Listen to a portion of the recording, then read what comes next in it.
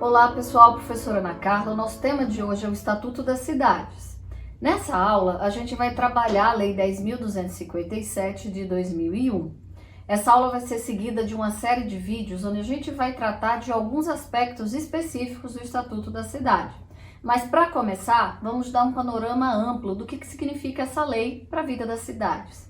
Essa lei, ela regulamenta o artigo 182 e o artigo 183 da Constituição Federal. Ela vai estabelecer as diretrizes gerais da política urbana e vai dar outras providências, tratando de muitos temas de interesse das cidades. O artigo 182 da Constituição Federal, ele representou um significativo impacto, um significativo avanço no ordenamento do desenvolvimento urbano. A Constituição de 1988 acolheu a ideia de planejamento como a base de todo o desenvolvimento urbano. A partir daí, lá no seu artigo 182, ela falava como objetivos gerais de uma lei que deveria ser criada, uma lei federal que deveria dispor sobre as diretrizes gerais desse desenvolvimento urbano. A Constituição Federal consagrou o objetivo da política de desenvolvimento urbano para ordenar o desenvolvimento das funções sociais das cidades e assim garantir o bem-estar dos seus habitantes. Isso está lá no artigo 182, caput da Constituição. Quando a gente fala da ideia de uma norma geral de organização das cidades, a gente está explicitando o princípio constitucional da função social da propriedade. Já falamos lá na disciplina de Direito Constitucional e algumas vezes aqui na nossa disciplina de Direito Administrativo que a propriedade ela é garantida pela Constituição Federal de 88, mas ela não é garantida de qualquer forma, nem qualquer propriedade. Ela é garantida desde que ela atinja, desde que ela ocupe os espaços da sua função social. Função social é um tema vago se não tiver uma norma que nos ajude a encontrar um sentido jurídico para essa expressão. Quando a gente está falando de função social da propriedade urbana, o Estatuto da Cidade traz uma série de parâmetros para que a gente compreenda o que é esse conceito. Essa lei federal, ela tem como objetivo regulamentar uma faculdade que é conferida ao poder público municipal para promover o adequado aproveitamento do solo urbano não edificado, subutilizado ou não utilizado. Está lá no parágrafo 4º dos incisos 1, 2, 3 do artigo 182 da Constituição. A Constituição fala na garantia da propriedade, fala que a propriedade deve cumprir a sua função social, mas fala também que ao proprietário é dado o dever do adequado aproveitamento do solo urbano. É no Estatuto das Cidades que a gente vai encontrar os parâmetros para o desenvolvimento deste conceito.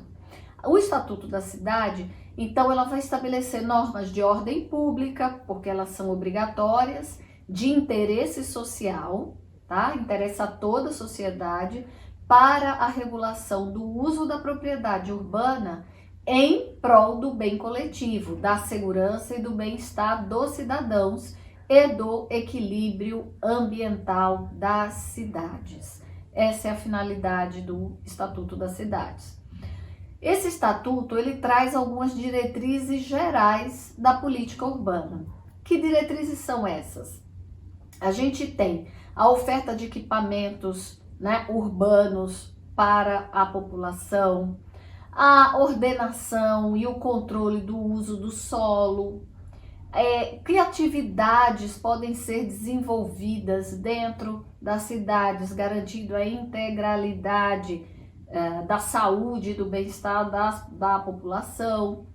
Outro tipo de coisa é garantia do direito às cidades sustentáveis, que não só está dentro das resoluções da ONU, mas está dentro do próprio ordenamento jurídico constitucional. A ideia de uma gestão compartilhada, uma gestão democrática das cidades, também está no Estatuto das Cidades. A colaboração entre governos e entre governo e a sociedade está no Estatuto da Cidade. O desenvolvimento das capacidades, sociais, econômicas, ambientais das cidades. Quando a gente fala em diretrizes gerais de política urbana, A gente também tem de considerar a recuperação do investimento do poder público dentro das áreas da cidade, a proteção do meio ambiente nas cidades, a utilização, né, dos meios de mobilidade e de ocupação de todos os espaços das cidades é algo que está dentro dessa ideia de uma cidade democrática, de uma cidade para todos. Uma cidade que tenha como foco principal as pessoas que ali vivem, garantindo o meio ambiente, o desenvolvimento econômico, o desenvolvimento social, a mobilidade urbana, preservando sempre a ideia de uma cidade sustentável. Além disso, dentro dessas diretrizes, a gente não pode desconsiderar todo um processo histórico de ampliação e crescimento desordenado das cidades, que gerou uma série de regiões e de áreas irregulares. Então, a regularização fundiária das cidades, junto com a questão do uso e ocupação do solo, da inclusão das pessoas que vivem na periferia dentro da infraestrutura de serviços que geralmente está muito vinculada ao centro da cidade. A ideia de simplificação para a legalização do solo urbano, a questão do parcelamento do solo urbano, tudo isso são temas importantes que estão nas diretrizes gerais do Estatuto das Cidades. Quando a gente olha para o Estatuto das Cidades, a gente tem de pensar que ele traz uma série de ferramentais, uma série de instrumentos para valorizar a política urbana. Que instrumentos, de uma forma geral, a gente poderia destacar aqui para vocês? Dentro desses instrumentos gerais da política urbana, a gente pode considerar o Plano Nacional, Regional e Estadual de Desenvolvimento, o planejamento das regiões metropolitanas, aglomerações urbanas e micro-regiões. Esses planos, eles não se restringem aos instrumentos de competência dos municípios. A gente tem de ler a Constituição Federal nos seus artigos 21, 43, artigo 25, parágrafo 3º, junto com as competências de município, de uma forma sistemática.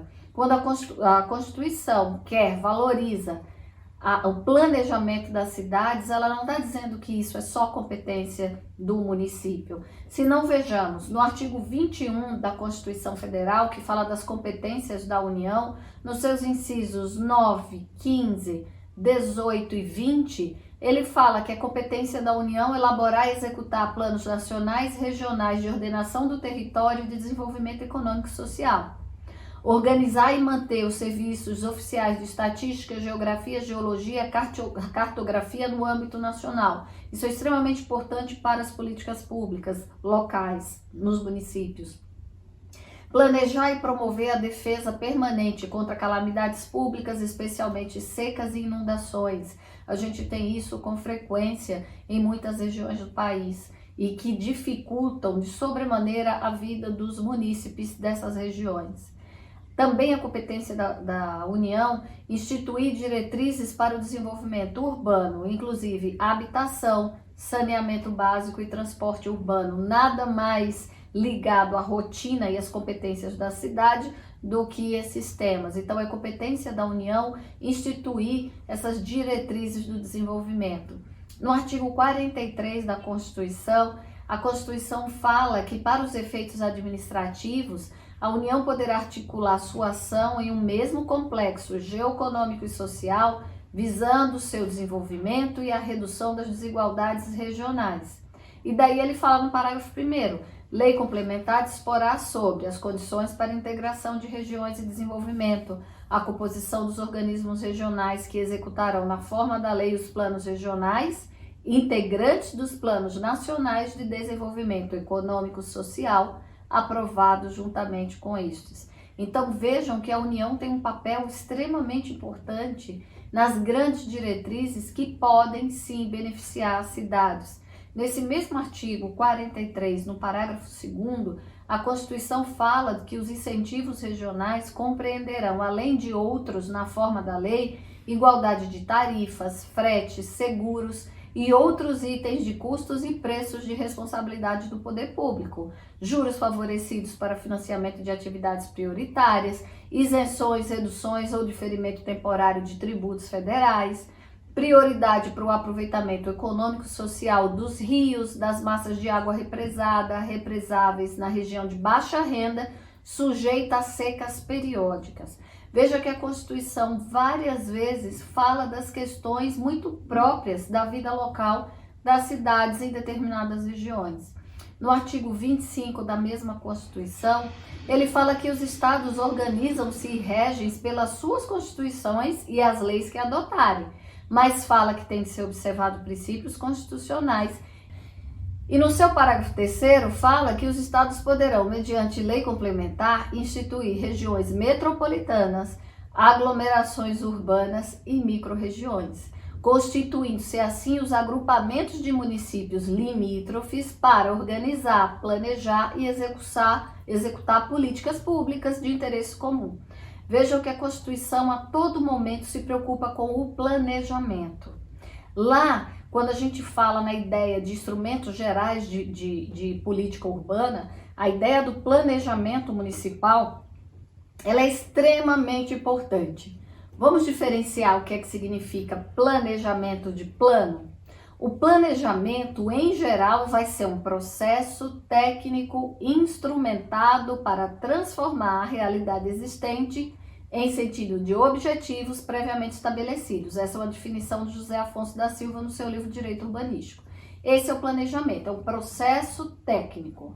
E o plano é o meio pelo qual se instrumentaliza o processo de planejamento, tá? Essa diferenciação é uma diferenciação interessante, é dada pelo professor José Afonso da Silva. Mas existem quais tipos de planejamento do território municipal? A gente tem a ideia do plano diretor, parcelamento, uso e ocupação do solo, zoneamento ambiental, plano plurianual, lei de diretrizes orçamentárias e orçamento anual, além de uma gestão orçamentária participativa. Todos esses são instrumentos de planejamento das nossas cidades. E um bom lugar para que a gente possa colher, né, do que é que significa isso juridicamente, qual é o impacto disso na gestão das cidades, é o Estatuto das Cidades. Mas esses são os únicos instrumentos de planejamento que o Estatuto nos traz? Não, existem outros. Os planos, programas e projetos setoriais, os planos de desenvolvimento econômico e social, o uso do tributo e das finanças públicas como forma de estímulo ou de desestímulo de determinadas formas de ocupação da cidade, então ele é um instrumento de planejamento. Além disso, existem os instrumentos normativos e os instrumentos políticos. Tem o estudo prévio de impacto ambiental, carinhosamente conhecido como EIA, e o estudo prévio de impacto de vizinhança, carinhosamente chamado de EIV, que são também instrumentos utilizados para o planejamento municipal. Quando a gente está falando de instrumentos da política urbana, a gente abre espaço para uma especificação de muitos desses que a gente listou aqui e que são extremamente importantes para que a cidade consiga se organizar socialmente, economicamente, ambientalmente e trazer o conforto para os cidadãos. É sobre esses temas que a partir do próximo vídeo nós vamos tratar, dos instrumentos específicos da política urbana. Até o próximo vídeo, te espero lá.